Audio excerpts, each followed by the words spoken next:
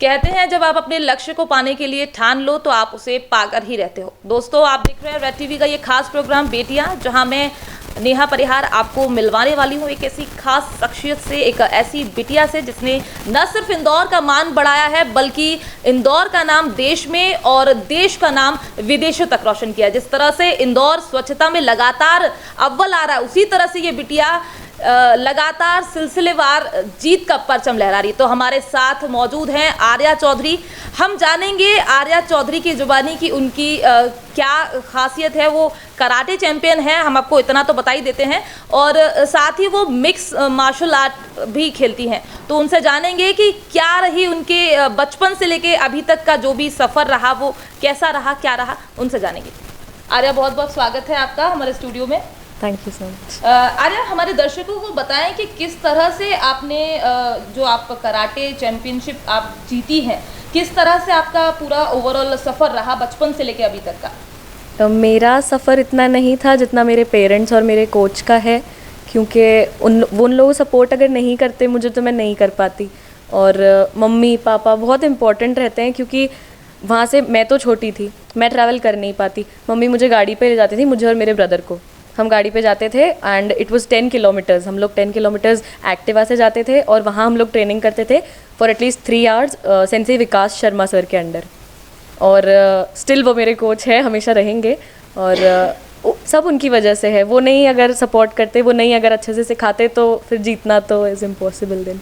अरे, आप कितने साल की थी जब से आपने कराटे खेलना शुरू किया था? 4 years old। I was 4 years old। मैं तब से विकास सर के अंडर ट्रेनिंग कर रही हूँ। तो कैसे ये मतलब आप बचपन से आपके मन में खुद से आया था कराटे आपको सीखना है, खेलना है, या फिर किसी ने आपको इसके लिए प्रेरित किया था? मेरा भाई है अक्षांश चौधरी, मैंने आपको बताया था। वो ये प्रैक्टिस करता था। मम्मी ने उसे पहले एनरोल करा था बिकॉज ही इज़ एल्डर। सो उसको देख के वो जब प्रैक्टिस करता था घर पे अपने मूव्स की, मुझे बड़ा फैसिनेटिंग लगता था। मैंने कहा, ओह माय गॉड, ये तो करना है। फिर मैंने उनको मम्मी को बोला, मैंने कहा मुझे भी इंटरेस्ट है, मुझे भी ज्वाइन करना। मम्मी ने मुझे भी ज्वाइन कराया and I was doing good. तो फिर वो कैरी थ्रू होता गया। तो ये कहीं ना कहीं आपकी मम्मी ने आपको प्रेरित किया या आपके मन में खुद से ख्याल आया कि मुझे करना है? मुझे खुद ही से करना था उसको देख के कि नहीं ये कर रहा है, अब मुझे भी करना है। मतलब आपका ये सपना था, आप उनको देख के प्रेरित हुई और आपकी मम्मी ने आपको सपोर्ट किया? बिल्कुल बिल्कुल, मम्मी ने ही सपोर्ट करा और उसको देख के इंस्पिरेशन मिली। तो अभी तक कितने मेडल्स आप जीत चुकी हैं? ओवर 50 नेशनल मेडल्स हैं, और जिसमें गोल्ड है समवॉट 21 एंड 5 to 6 सिल्वर और बाकी रिमेनिंग ब्रोंज मेडल्स हैं। तो आपने कहाँ से ये सीखना शुरू किया था? मतलब आपकी जैसा आपने बताया कि आपके जो कोच थे, तो किस तरह से शुरुआत में बहुत सारे हर्डल्स आते हैं कि आपके पास समय की भी कमी होती है, और जैसे कि आप स्टडीज़ भी करते होंगे, तो कैसे इन सब चीज़ों को कैसे मैनेज करते थे? स्कूल का टाइमिंग मॉर्निंग का था, तो 7 to 4 मैं स्कूल रहती थी, और उसके बाद आके 5:30 से मेरी क्लास रहती थी विकास सर के पास में, Indian sports academy Bombay hospital के पास में जो है, वहाँ हम लोग जाते थे, मम्मी, मैं और मेरा भाई। और वहाँ पे हम लोग प्रैक्टिस करते थे। वहाँ से हम 8 o'clock फ्री हो जाते थे, फिर घर आ जाते। तो वो मैनेज हो जाता है, अब इतने छोटे हैं और क्या करना है। तो आपकी जो पढ़ाई, इस बीच में पढ़ाई का डिस्टर्बेंस नहीं हुआ? आपका एकेडमिक कैसा रहा सारा सफ़र? नहीं, माई मदर मेड श्योर कि मेरी जो जर्नी है वो स्मूथ रहे एकेडमिक्स में एज वेल एज स्पोर्ट्स में, और दोनों साइमल्टेनियसली चलता था, तो कहीं कोई दिक्कत नहीं है कभी भी। अच्छा, तो जैसे कि मैं आपकी जो उम्र है, आपकी उम्र के जो बच्चे हैं उन्हें जंक फूड और ये सब चीज़ें, मैंने सुना है कि आप ये सारी चीज़ें छोड़ चुके हैं, आप ये सब चीज़ें नहीं खाते हैं, तो कैसे अपने आप को रोकते? क्योंकि आज की जो जनरेशन है वो जंक फूड की तो बहुत ज़्यादा हैबिचुअल है, उन्हें जंक फूड तो चाहिए ही चाहिए। तो आप खुद को कैसे कंट्रोल करते थे? वो सर की रिस्पेक्ट और पापा के इंस्ट्रक्शंस, ऑफ कोर्स पापा ने बोला नहीं खाना है तो फिर नहीं खाना है, सर ने भी बोला, बोले ये सब इनसे मतलब बेनिफिट तो कुछ हो नहीं रहा है, तो क्या पॉइंट है खाने का, तो फिर कभी स्टार्टिंग से ही नहीं खाया। तो इच्छा नहीं हुई कभी किसी को? आपके फ्रेंड्स लोग खाते होंगे तो उनको देख के ऐसा नहीं लगता कि यार मुझे भी पिज़्ज़ा खाना है, मुझे भी बर्गर खाना है? मुझे तो टेस्ट भी ऐसे इतना पसंद ही नहीं है, क्योंकि खाया ही नहीं शुरू से, तो जमता ही नहीं है। तो ये उन सभी लोगों के लिए इंस्पिरेशन है जो जंक फूड खाते हैं कि जंक फूड कितना ख़राब होता है, और आर्या को देखकर आप लोग सोच सकते हैं कि जंक फूड ना खाने से कितने बेनिफिट्स होते हैं बॉडी को। तो आर्या, आप जो आपने अभी रिसेंटली जो भी मेडल्स जीत के आई हैं उसके बारे में कुछ बताएं। अभी रिसेंटली जबलपुर में एक नेशनल चैम्पियनशिप थी मिक्स्ड मार्शल आर्ट की, उसमें मेरा गोल्ड मेडल आया था। और स्ट्रॉ वेट कैटेगरी खेली थी मैंने, 47 to 52 kgs। ये मिक्स मार्शल आर्ट क्या होता है? एक्चुअली बहुत सारे लोगों को पता ही नहीं है कि मिक्स मार्शल आर्ट होता क्या है, जैसे मुझे भी नहीं पता है। तो आप प्लीज़ हमारे दर्शकों को बताएं कि ये होता क्या है। Mixed martial art basically cage fight होती है, जैसे सुल्तान मूवी में हम लोग देखते हैं वो लास्ट में केज में फाइट करता है। तो फुल कॉन्टैक्ट कॉम्बैट स्पोर्ट है और बहुत बेनिफिशियल है, बहुत फेम है इस गेम में, तो सबको ज्वाइन करना चाहिए। मतलब बहुत आप कॉन्फिडेंट फील करते हो हर जगह। अच्छा, अभी इसके बाद आप कहाँ जाने वाले हैं? क्या आपका नेक्स्ट टारगेट क्या है? अभी एक और नेशनल चैम्पियनशिप है इन दिल्ली, और उसके बाद फिर I will plan for the world championships. Okay, great. अब हम बात कर लेते हैं इनको इस मुकाम तक लाने वाली आर्या की माँ जी, उनसे बात कर लेते हैं कि उनका एक्सपीरियंस कैसा रहा, इनको उस सफ़र से लेकर इस सफ़र तक लाने के लिए उन्होंने क्या क्या मुश्किलों का सामना किया। तो अब हमारे साथ हैं आर्या की मम्मी जी। जी मैम नमस्कार।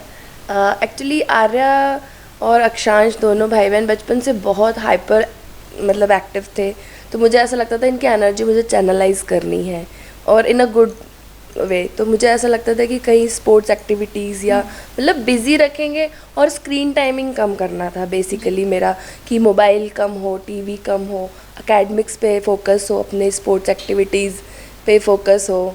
और दूसरा ये कि उनका सबसे ज़रूरी चीज़ ये थी कि मेरे हस्बैंड बहुत अच्छे स्पोर्ट्समैन रहे हैं अपने कॉलेज, अपने एजुकेशनल टाइम पे, तो वो एक मतलब मेरे लिए भी एक वो था कि उनकी तरह स्ट्रॉन्ग गुड पाथ पे रहे बच्चे। कहीं ना कहीं आपके हस्बैंड को देखकर आपने ऐसा सोचा कि मैं अपने बच्चों को स्पोर्ट्स में लेके जाऊं? बिल्कुल, क्योंकि मेरा तो स्पोर्ट्स से कहीं दूर दूर तक कोई कनेक्शन था ही नहीं। मेरे हस्बैंड मतलब बच्चों के फादर जो हैं वो नेशनल यूनिवर्सिटी प्लेयर अपने टाइम में, काफ़ी उनका अच्छा। कौन सा गेम खेलते थे वो? मैंने उनके कोई भी गेम या मैचेस देखे नहीं है, बट हाँ I was good in volleyball और जो खो खो ये सारे गेम्स होते थे उनमें वो बहुत अच्छे थे और बहुत फेमस एक स्ट्रीम रहे हैं अपने आप में। तो आपने इनको कराटे में डालना क्यों ज़रूरी समझा? कोई और गेम क्यों नहीं चुना आपने? टू बी वेरी फ्रैंक, अक्षांश तो बहुत हाइपर एक्टिव था, इसलिए मुझे था कि वो थके और सोए ताकि वो दूसरी जगह ना टूटे फूटे। हाँ, लेकिन आर्या के लिए मैं सोचा भी हुआ था कि थोड़ी सी बड़ी होगी तो डालूंगी, बिकॉज मुझे इससे गोल रोटियां नहीं बनवानी है। मुझे नहीं चाहिए कि वो किचन में सब्जी रोटी दाल बनाए, एक आइडल गर्ल की तरह सजे संवरे, नहीं, वो सब बाद में हो जाएगा। इतनी हिम्मत उसे मुझे देनी थी कि अगर कहीं पे कोई प्रॉब्लम या कोई डिफ़िकल्ट सिचुएशन में वो फंसे तो बिल्कुल शेरनी की तरह बाहर आए निकल के। बिल्कुल। तो आपने क्या क्या परेशानियों का सामना किया उस बीच में, जब आर्या छोटी थी, दोनों बच्चों को संभालना, कैसे ये सब चीज़ें कैसे मैनेज की आपने? इसके फादर बहुत सपोर्टिव हैं, कहीं उन्होंने हमें फाइनेंशियली नहीं रोका। सारे बच्चों के जो डिसीजन थे वो फ्री हैंड मेरे पास थे कि मुझे यहाँ डालना है, तो मेरे पास परमिशन वाला कॉन्सेप्ट नहीं था जैसा घरेलू महिलाओं में होता है कि हमें साड़ी भी खरीदनी है तो हस्बैंड कंफर्म करेंगे तब हम लेंगे। मुझे ना इनका एजुकेशन स्कूलिंग या कहीं भी प्रॉब्लम आया, ना ही मुझे कभी इनके स्पोर्ट्स एक्टिविटीज़ में प्रॉब्लम आया। आर्या बहुत अच्छी कराटे का एक MMA प्लेयर होने के साथ में आर्या एक बहुत अच्छी क्लासिकल डांसर भी है। उसने अपने 5 ईयर कथक एग्ज़ाम्स बहुत अच्छे स्कोर के संग क्वालिफाई किए हैं, प्लस एकेडमिक्स में भी टचवुड दोनों बच्चे बहुत एक्सेल करते हैं। तो मतलब अगर मेरे पास फ्री हैंड डिसीजन मेकिंग का अपॉर्चुनिटी नहीं होता तो शायद मैं ये नहीं कर पाती। ट्रस्ट होता है कि आप गाड़ी से बच्चों को लेके जा रहे हो, आज यहाँ जाना है, दिल्ली जाना है, बेंगलुरु जाना है, फाइनेंशियली भी काफ़ी खर्च होते हैं, फिर अकेले बच्चों को लेके जाना है, तो बिना हस्बैंड के सपोर्ट से तो आप अकेले लेकर जाती थी इन बच्चों को? हाँ, सारे टूर्नामेंट्स में मतलब आर्या के संग तो मैं ही जाती हूँ। तो मतलब कहीं ना कहीं आर्या के साथ साथ में ये आपकी भी एक मिसाल हो आप उन सभी पेरेंट्स के लिए जिन्होंने अपनी बच्ची को इस मुकाम तक लाने के लिए जी तोड़ मेहनत की है। मेनली मैं तो बोलूँगी कि आपकी मेहनत है जो रंग लाई है। नहीं, मेरी तो सिर्फ लाने ले जाने वाली मेहनत है। बच्चों ने बहुत फिजिकली, मतलब अपनी डाइट्स, अपने रूटीन, अपने ट्रेनिंग, अपने एजुकेशन प्रैक्टिसेस पे बच्चों ने बहुत इन्वेस्ट किया है। तो इनकी जो और डाइट प्लान I am उसको आप blessed। कैसे मतलब आप कैसे मैनेज करते थे? इनको एक्चुअली प्रोटीन रिच डाइट देनी होती है। जो भी बच्चे अभी जो प्रिपरेशन कर रहे हैं वो भी आप सुन सकते हैं कि किस तरह की डाइट, अगर आप कराटे और इन सब चीज़ों में पार्ट ले रहे हैं तो किस तरह की डाइट रखते हैं, ये आप सुन सकते हैं जी। लो कार्ब्स डाइट होती हैं, प्रोटीन होता है, सैलेड होते हैं, स्प्राउट्स होते हैं, अगर कोई नॉन वेजिटेरियन है तो चिकन होता है, मतलब सारे नॉन वेज चीज़ें उनको अच्छे से देना होती हैं। बाकी ये है कि हाँ, junk food totally no no. No. तो आपने जब बच्चे छोटे थे तो आपने, चलो बच्चे बोले कि पापा मम्मी ने इंस्ट्रक्शन दिए हैं कि नहीं खाना है तो नहीं खाया, लेकिन आपने इनको रोका कैसे? क्योंकि उस एज में तो बच्चे बहुत जिद्दी होते हैं कि उन्हें जो खाना है वो खाना है। आपने उन्हें कैसे रोका? नहीं, मैंने दिया ही नहीं। मेरे घर में मैगी भी नहीं आता है। ओके। मैगी भी नहीं आता है। कुछ खाना है तो घर पे हमने बनाया हेल्दी। बाहर अगर गए हैं तो अच्छे रेस्टोरेंट में अच्छा खाना खाएंगे। खाना फूड है, इंडियन थाली इज़ अ बहुत अच्छा कंप्लीट न्यूट्रिशन होता है इंडियन थाली। तो दिस इज़ द वे। हम अगर सोचेंगे कि आज पता है जो जंक फूड्स होते हैं ना, वो शॉर्टकट होते हैं डाइट का।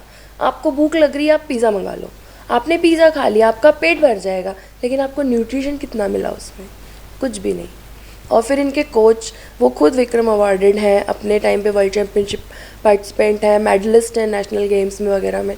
तो वो अगर इनको बोल दें कि आपको ये चीज़ें नहीं खानी है तो वो नहीं खाएंगे। बोलेंगे कि अरे आपको करेला खाना है, आपको ग्वारपाठा खाना है, जो बोलेंगे वो बच्चे आँख मीच के खाते हैं। आर्या करेला खाती है? बहुत शौक से।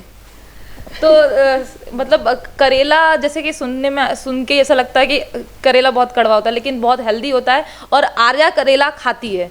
तो आप सोच सकते हैं कि करेला कितना बेनिफिशियल होता है। जब आर्या खाती तो फिर तो होगा ही। बिकॉज ऑफ आर्या को देखकर ऐसा लगता है कि हाँ, मतलब अब तो शायद जो लोग करेला नहीं भी खाते होंगे तो वो करेला खाने लगेंगे।